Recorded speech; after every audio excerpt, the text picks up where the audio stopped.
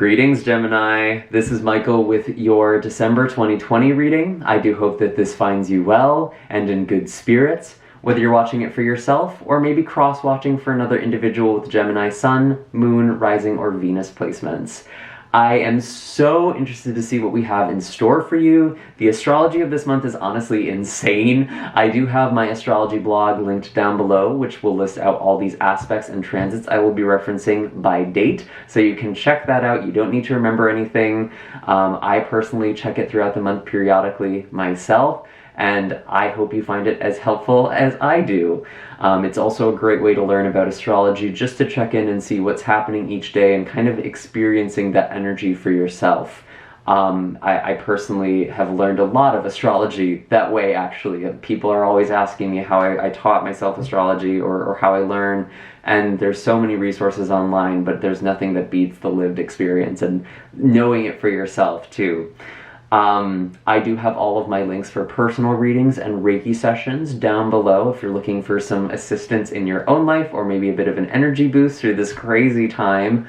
I will be probably, I will be doing a sale at some point soon. I was thinking about doing it for the holidays, but we're also really close to 50,000 subscribers. And for those of you who are new to this channel, I do like to offer giveaways and sales when I reach a landmark or a milestone subscriber count. And we are very, very close to that at the time of this recording. So hint, hint, nudge, nudge. If you're not subscribed, do that now. That way you can also stay informed of anything I am doing in the future with any giveaways or any sales or all sorts of good stuff. I actually have a lot of plans for 2021, so stick around. I think it's going to be really, really interesting. And of course, I appreciate all of you who are coming back. It is with your support that I've been able to continue doing this work, and I have just loved having you a part of this wild and crazy journey. Now, I am going to be talking about the astrology for this next part of the video, but if you want to go straight ahead to the tarot reading, you're welcome to take a look at the timestamps, which will either be in the description box or in the comment section down below.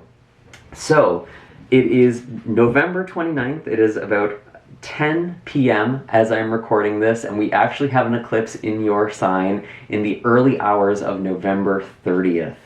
And this is technically still November, but it is going to be setting the tone for the first part of this month as well. Really, whenever you have an eclipse, you will feel that influence for about 6 months out, so it's definitely a powerful and lasting energy. And with this being a full moon eclipse in your sign, Gemini, this is a major time for cleansing, for purging, and there's going to be a lot of releasing that's happening for you in general, and it's going to help you be your authentic self. Especially if you are a Gemini moon yourself, you may want to check and see where exactly this eclipse is landing in your chart, but truthfully, it doesn't really matter. I think it's going to be a pretty powerful time for you regardless.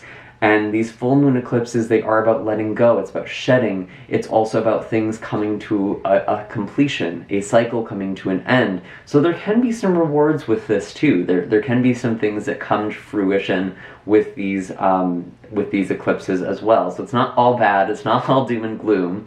They're also really good times to do energy healing on yourself, to heal yourself. Some of you may be feeling called to do that work, either for yourself or with somebody else. For the first part of this month, that could be a big theme for you. We do also have a lunar eclipse in your opposite sign. Whenever you have one eclipse in one sign, you have the opposite eclipse in the opposite sign. Or sometimes you have a case of 3 eclipses, but for this month, it's just going to be the 2. And that's going to be in the sign of Sagittarius, your opposite sign on December 14th, and that's actually hitting your relationships. That's your 7th house, your house of partnerships. So there could be new relationships for some of you that are starting to blossom, or seeds that are being planted for the next 6 months that are going to be affecting your love life. Some new energy, or a new spark between you and someone you're already with. This is really interesting energy. especially with being in a pandemic, it's always weird talking about dating. It's going to look different for everybody, obviously. It might not be like right in December you meet somebody, but there's something that is shifting for you. It's a good time to manifest a partner if that is something you're interested in. And it doesn't even necessarily need to be romantic. If you're looking for a business partner, or you're starting a venture with a business partner, or thinking about starting a business with somebody else, that can also be a good time to set your intention.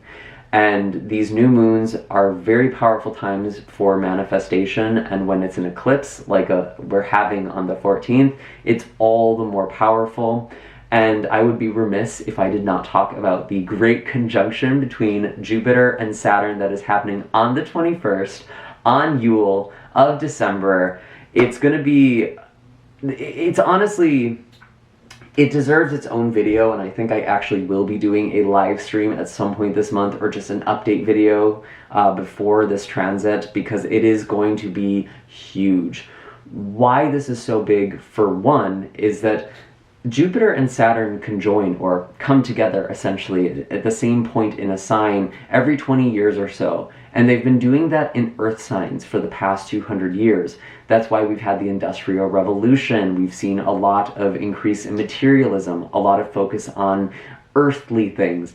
And it is now happening at 0 degrees in Aquarius. We are pretty much starting the age of Aquarius, some people are saying.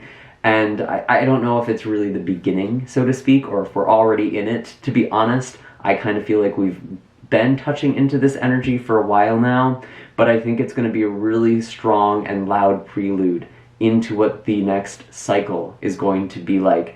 And this is going to be 200 years of new ideas, of new ways that we communicate, and new ways that we travel as well. So that's going to be interesting to see, especially in the next few years. I think the technology is just going to explode. It's going to be a really interesting time to be alive. And there's a lot of innovation that's going to come when we're working with Aquarian energy as well. There's kind of this wake-up call that is happening. And I think it's actually going to be good news for the planet if we pay attention and get our stuff together here, right? With renewable technology, green technology. And for you specifically, Gemini, this is talking about your 9th house, your house of philosophy, of ideas, of travel. You could really be gaining a lot by learning about spiritual concepts. Some of you may be learning astrology for yourself, or feel like you need to start doing that and taking that more seriously. Maybe you're working with the lunar cycles, or maybe you're learning about new cultures or new belief systems. Whatever it is that broadens your horizons, there can be a lot of growth, and even something that you can build for yourself potentially into a career. When we're talking about Saturn energy, that's always possible.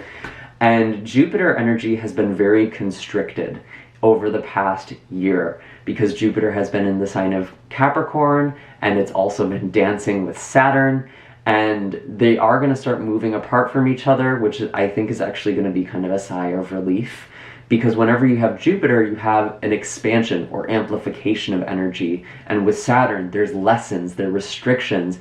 And when you kind of look at the closest points Saturn and Jupiter have been with each other throughout 2020, it's around dates where there's lockdowns, or there's these really intense things that are going on for the collective, where there's all this restriction, or there's all this pushback, and there's these really hard lessons that we're experiencing.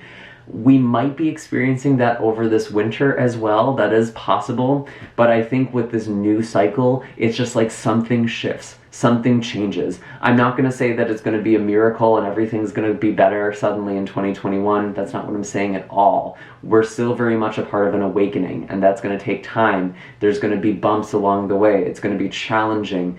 And it's just more like the energy of the challenges shifts. Where before we felt completely powerless and stuck, we're now going to be much more innovative. And I think there's going to be more of I guess, innovative approach or look at things. Well, if this isn't going to work, how can I make this other thing work? What else can I do? There's more of that optimism, I think, that's going to be coming back slowly over 2021. And I think with this happening in December, this conjunction,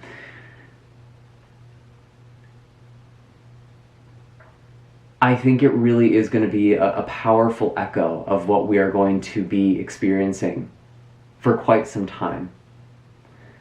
And I think we're going to be experiencing more political movement. I think we're going to be seeing a lot of changes with government and maybe even country lines, borders, things like that.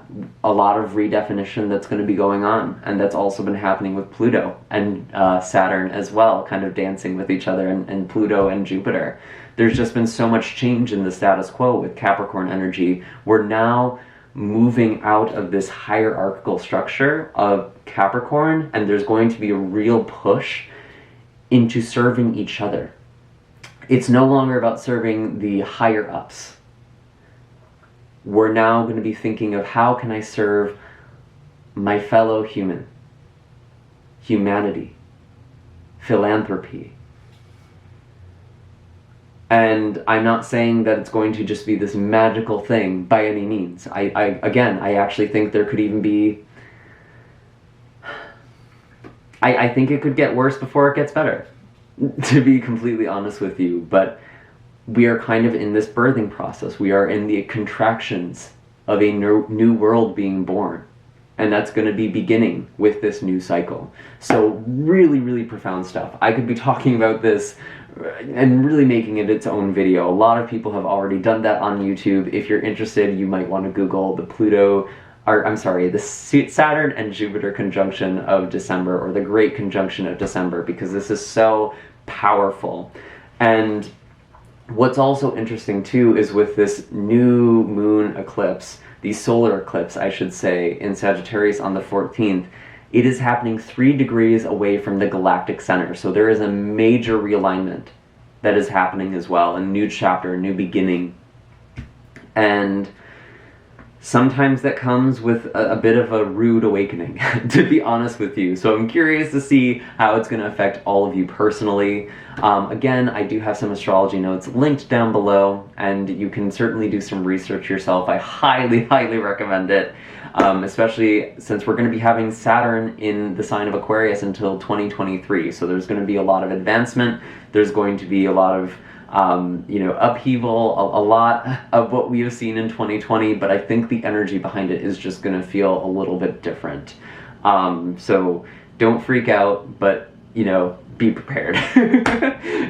Classic Virgo, okay? Anyways, I do want to pull some cards for you, Gemini. I'm really curious to see what we have. If this reading doesn't quite resonate, or you just like greater clarity on something as well, you are welcome to look at your other videos too for your moon, rising, and Venus signs. There might be something for you there.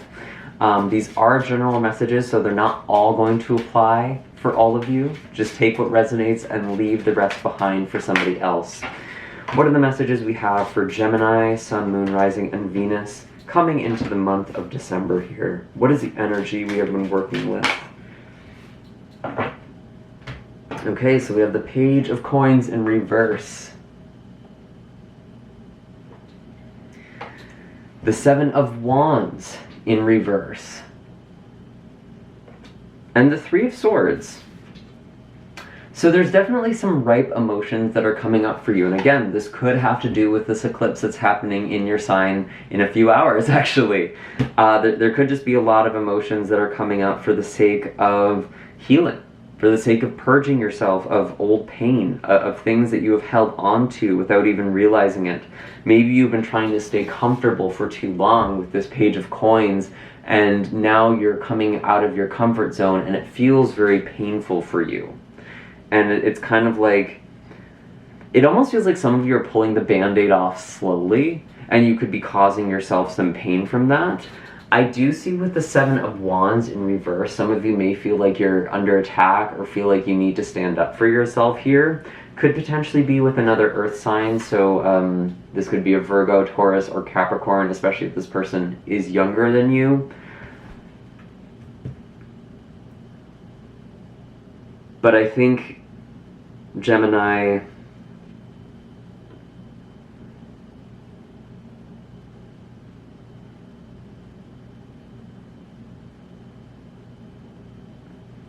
you kind of need to let your own guard down and see yourself really honestly. Take stock of yourself and see your own wounds. there's a lot of review. There's a lot of learning that's going on here, and it doesn't necessarily feel the best, I'm not gonna lie. Let's kind of clarify some of this energy. And again, this could be stuff that's already been going on for you. I don't think that this is going to be new energy for a lot of you. We're kind of just setting a foundation right now. We're going to look at the second half of the month in a moment. 5 of Coins in reverse. Yeah, some of you are actually getting out of a situation that really was not serving you, to be honest. And you're starting a new chapter for you. But there's something about that that feels kind of painful, or you're afraid of feeling this hurt, or feeling this pain. Maybe part of staying comfortable, even though it wasn't an ideal situation, was that it was protecting you from feeling this pain.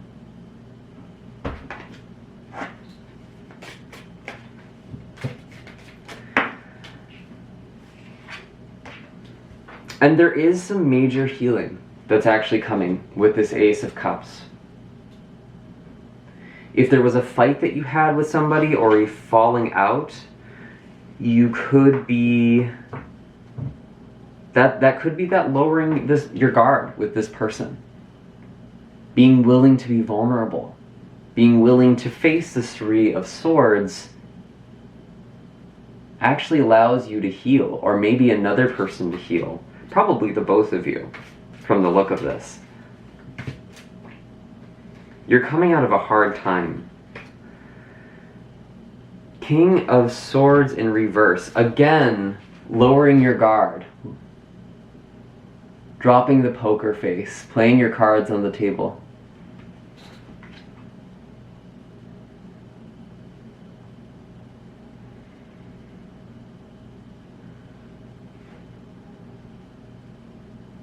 Some of you are going to be noticing how you have been rationalizing things that aren't working for you or serving you. So just be mindful of rationalizations, especially in the first half of this month.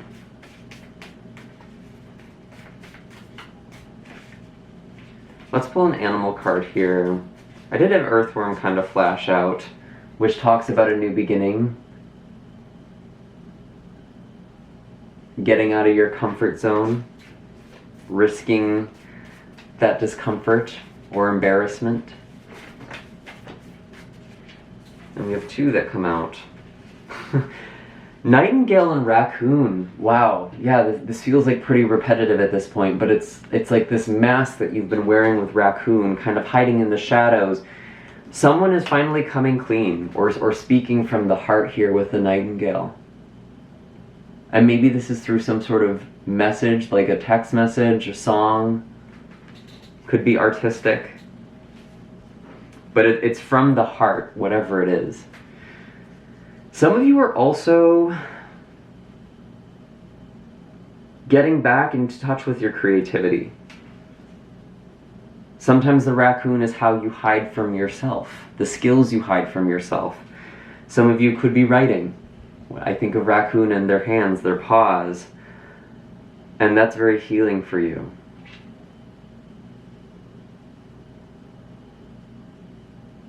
I think there is a considerable number of you who are letting go of pain from the past with relationships.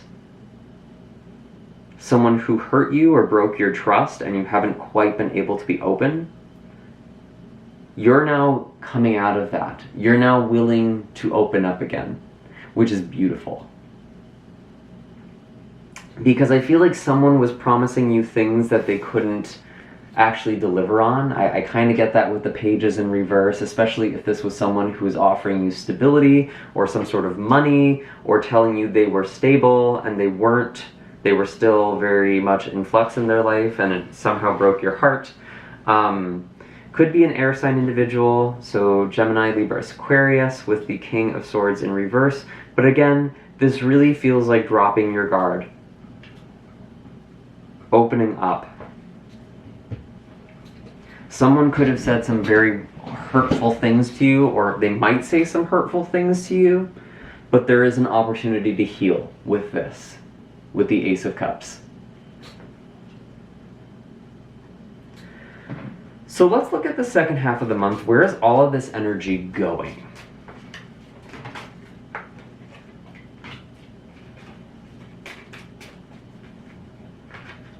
Yeah, you're ending a lot of pain. You're coming out of a lot of pain here with the Ten of Swords in reverse. And you may have thought that you had a conversation with someone and it just ruined the relationship. You may have thought having this heart-to-heart or this big talk with somebody would break it. There's actually the potential that it brings you closer together. You do have the Magician and the Fool in the reverse here. I want to clarify this. And the Four of Coins. I'm just going to say this. If someone's asking for money from you, don't give them something if you can't afford to not get it back. Okay? Because I see the Magician in reverse, I see the Fool in reverse, I even kind of see this Ten of Swords in reverse. There's something that's avoidable here where someone could either manipulate you or take advantage of you. With the Magician card in the reverse and with the Four of Coins, they could be taking money from you.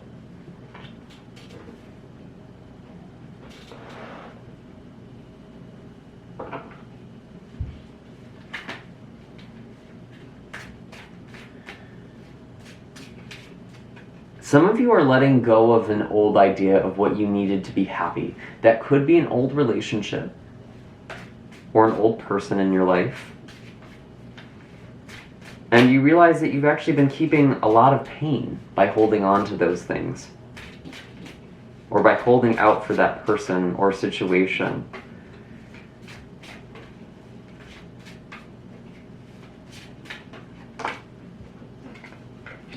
Four of Swords, interesting. This is showing up in your mind. So there is this sense of calm. You might actually be a bit tired in the second half of the month, and that could be because you're receiving a lot of downloads. I'm looking at these swords kind of above your head here. You might feel like you wake up exhausted. Or maybe you have felt like that, and it could be because you're receiving a lot of spiritual energy while you're sleeping. That's when we're our most receptive. But you're just letting something go. And it's not even necessarily like cutting somebody out. You're just letting go of control. I think a lot of the time when we talk about letting go, it's like, oh, I'm just not going to feel a certain way about anything, about something in specific anymore. And the truth is, it's just trying, you stop trying to control how you feel. I think that's what letting go really means. And the Nine of Swords, or I'm sorry, Nine of Wands. Some of you might actually have gotten hurt or sick, because this is showing up physically. So be careful if that's not you. I would just be extra cautious. Don't be too reckless for the second half of the month. Don't take any risks that you don't need to take. Let me just put it that way. I don't feel like it would be super devastating with the Ten of Swords in reverse, like you're avoiding something catastrophic. Interesting. Seven of Cups. So for some of you, this is a general reading, so this is definitely not going to apply to all of you. For some of you, I almost get the sense of a near-death experience. And that could be literal. It could also be metaphoric, where it's like you have this newfound appreciation for life, or your life, this new beginning. Or something happens to someone around you, and it makes you appreciate life. There's this very dreamy energy. There's something about your dreams that I really want you all to pay attention to in the second half of the month specifically, but really throughout December I would be taking notes of your dreams, maybe keeping a dream journal by your bedside. And you can look up dream incubation online, and that should help you remember your dreams if you're one of those people that have a hard time remembering their dreams. There are techniques, there are things you can do that can help you recall them, because I think there's something major that's coming to you in a dream. And it almost feels like a near-death experience. Like it changes your life so dramatically. For the better, I should say. But there's a major perspective shift. And that I think is tied into before me tapping into this energy of this thing you thought mattered so much, or the way you thought you could be happy might not necessarily be what you really want anymore. That could be shifting. There could be a big shift for some of you. If this is resonating, I also want you all to look up progressed lunar charts. You can kind of Google that. If you go on to astro.com, you're able to do a progressed lunar chart. Some of you might have a progressed moon transit into a new sign, or be like 29 or 0 degrees in a sign. It just means you're in a new chapter of your life. I've been learning about that, and that's kind of popping into my mind right now too. Something is shifting, and you're reconsidering things. You're looking at new possibilities and options here with the Seven of Cups, and it actually feels really positive. You're having this new lease on life, and you might feel a little worn down from it, to be honest with you. There might be a bit of a recovery period.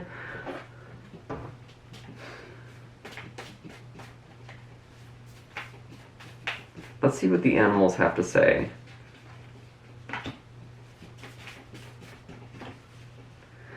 Dragonfly and octopus energy here too. Again, there's this energy I'm not quite trusting around some of you. Because we have the Seven of Cups, there could be someone who's being a bit deceptive. We kind of got that with the Magician in the reverse and the Fool in reverse. Also the Ten of Swords in reverse. You can spot this and prevent this, though. This is preventable. For those of you who are watching and kind of concerned about this, you could be dealing with a person who's very manipulative or very clingy with this octopus energy. Someone who's being a bit... who has their grasp on you. And this person might not even be in your life anymore. It could literally be something that you took in yourself, a pattern from another person you internalized. And with Dragonfly, you might not be seeing things very clearly. Especially if you're kind of going back and forth a lot, changing directions a lot, feeling kind of scattered. That's sort of the Dragonfly energy. And it's really important for you to do breath work and to focus on your breath if you're feeling scattered. And to just become still. Because Dragonfly, even though it's an air elemental card, indicated by this alchemical symbol for air at the top here, it is associated with water. It's a relationship between our minds and our emotions. And our emotions can affect our mind, and vice versa. The thoughts we think can have an influence over our emotions. So if you feel like you're just really stressed out and you're looking for more things that stress you out, take a breath. Take a breather. And just notice how your mind is affecting your emotions and how your emotions are affecting your mind. And I feel like for some of you, someone could be kind of playing with your emotions a little bit. You're kind of extracting some sort of energy from your life.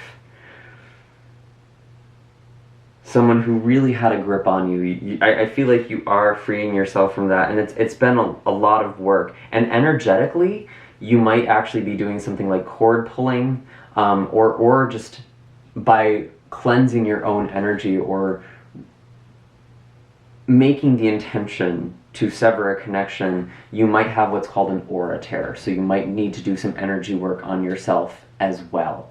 I do offer Reiki if you feel like that's helpful. I have links in the description box down below. That might be for you.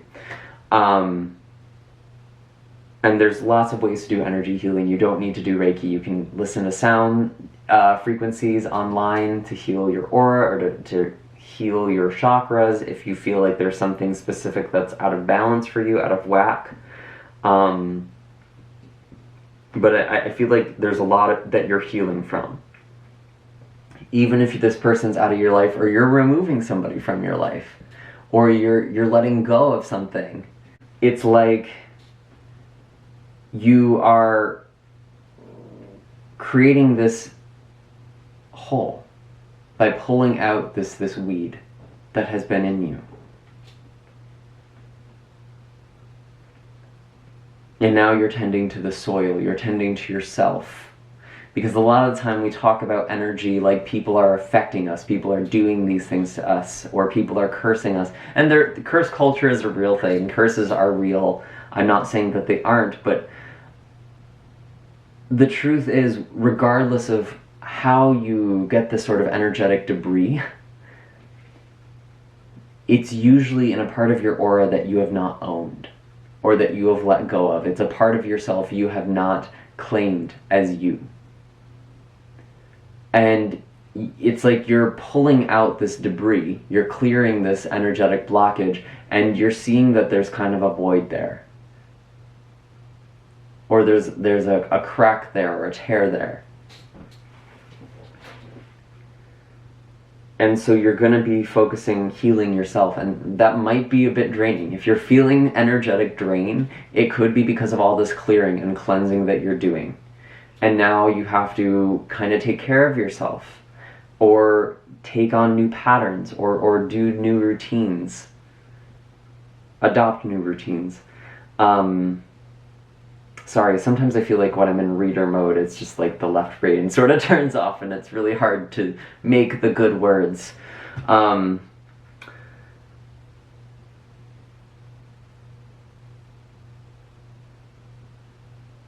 Yeah, that's really all I have for you, Gemini. I hope that this was helpful. Be sure to hit like and subscribe. Let me know in the comment section down below what is going on for you, what are you clearing out, how are you going to love yourself, how are you going to heal your own energy. I'm so curious to hear, and I will see you all in the next video. Take care, Gemini, and have a happy December.